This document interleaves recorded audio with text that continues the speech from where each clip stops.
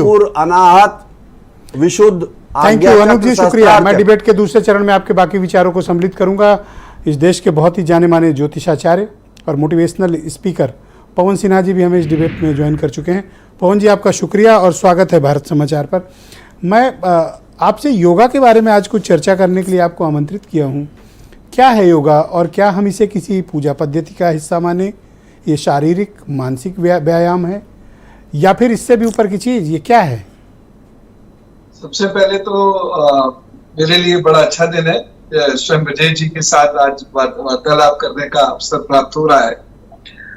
देखिए, योग का अर्थ है कि मेरे भीतर की जो शक्तियां हैं और मेरे बाहर की जो शक्तियां हैं दूसरे स्तर पर, जिसे मैं एनवायरनमेंट कहता हूँ या इकोसिस्टम कहता हूँ, और तीसरी जो इसकी स्थिति है जो ब्रह्मांड की शक्ति है, जिन्हें कोई अल्लाह कह सकता है, खुदा कह सकता है, रब कह सकता है, ईश्वर कह सकता है, ब्रह्म कह सकता है। हम तीनों को प्राण से यानी श्वास क्रिया के माध्यम से, व्यायाम के माध्यम से और रहन सहन के माध्यम से, भोजन के माध्यम से जब जोड़ने का प्रयत्न करते हैं, यह योग है। योग युज धातु से बना है, युग्म इसका अर्थ है, ये जोड़ता है। ये तोड़ने के लिए नहीं है, जोड़ने के लिए है। ये शरीर को मन से, मन को आत्मा से जोड़ने के लिए है। उसके साथ साथ ये मनुष्य को मनुष्य से जोड़ने के लिए है, मनुष्य को ब्रह्मांड से, ब्रह्मांडीय ऊर्जाओं से जोड़ने के लिए है। तो योग का कार्य है जोड़ना, और योग एक ऐसा अपरा ज्ञान है, अपरा विद्या है, जो इसको सीखता है, समझता है, सुख और शांति का वह अनुभव करता है, उसका मस्तिष्क खुलता है, एकाग्र चित्त वो होता है, और उसके जो लिम्स हैं, उसके जो शरीर के ऑर्गन्स हैं, वो बहुत बेहतरीन तरीके से काम करने लगते हैं।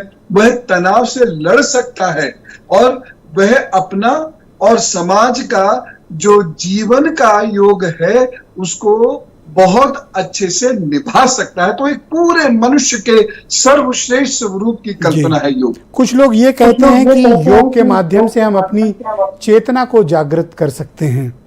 क्या ये वही चेतना को जागृत करना है जिसका जिक्र आप कर रहे हैं? लेकिन कुछ लोग इसको धार्मिक पूजा पद्धति से जोड़कर योग को देखने का जो उनका नजरिया है वो थोड़ा आपसे अलग है। देखिए, ये जो नजरिया है ये भारत में डेवलप हुआ है 2017 से। आप देखिए अरब देशों में, पाकिस्तान में तो 2022 में भी कितने जोश और धूमधाम के साथ योग दिवस मनाया गया था। अरब के देशों में तो योग संस्था है जिसको एक मुसलमान भाई ही चला रहे हैं जो वहीं के रेजिडेंट हैं। तो योग का पूजा पद्धति से कोई लेना देना नहीं है, कोई उससे। ये भारतीय संस्कृति ने पूरी दुनिया के लिए एक ऐसा उपहार दिया है जिसमें हम पैर के अंगूठे से लेकर मस्तिष्क और उसके भीतर जो हमारा मन है, बुद्धि है, चित्त है, अहंकार है, इन सब का उत्थान करते हैं, जिसको संवेद रूप में हम कह देते हैं कि ये डेवलपमेंट ऑफ कॉन्शियसनेस है, यानी चेतना का विकास है। तो योग ये चेतना का विकास है, यानी हम अपने ब्रेन को, अपने माइंड पावर को इतना इसमें एक्सपेंड कर सकते हैं जैसे एक साधारण व्यक्ति से कोई विलक्षण बन जाता है, वैसा हम कर सकते हैं। तो योग को हमें पूजा पद्धति से ना जोड़कर, इसको उस विवाद में ना घसीटकर भारतीय, क्या ये लोगों की मानसिक क्षमता, उनकी सोच, उनके शारीरिक स्वास्थ्य, इन सब के लिए भी बहुत ही आवश्यक है योगा? जी हाँ, बिल्कुल। क्योंकि योग में जब हम अपने शरीर का चालन करना शुरू करते हैं तो हमारा वात, पित्त, कफ ये तीनों शांत होता है, यानी ये समअवस्था में आता है।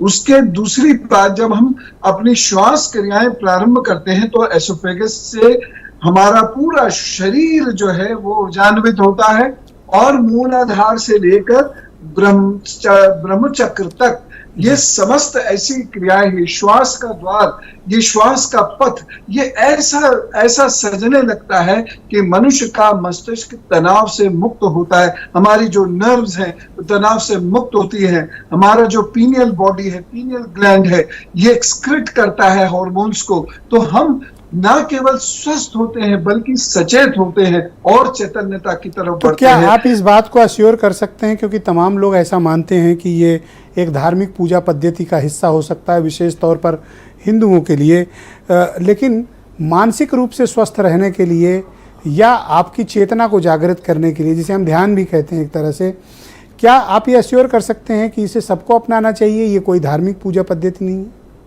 जी बिल्कुल, मैं तो बड़ी पुरजोर वकालत करता हूं इस बात की कि योग पूरे धरती के समस्त 5 अरब लोगों को अडॉप्ट करना चाहिए। एक छोटी सी बात मैं सब लोगों से कहना चाहता हूं कि जब भी वो थकन महसूस करते हैं, तनाव महसूस करते हैं, डिप्रेशन महसूस करते हैं, तो क्या करते हैं? एक गहरी Deep breath. सांस लेके और फिर True. उसको छोड़ देते हैं। ये क्या कर रहे हैं? प्राण क्रिया ही तो कर रहे हैं, योग अभ्यास ही तो कर रहे हैं।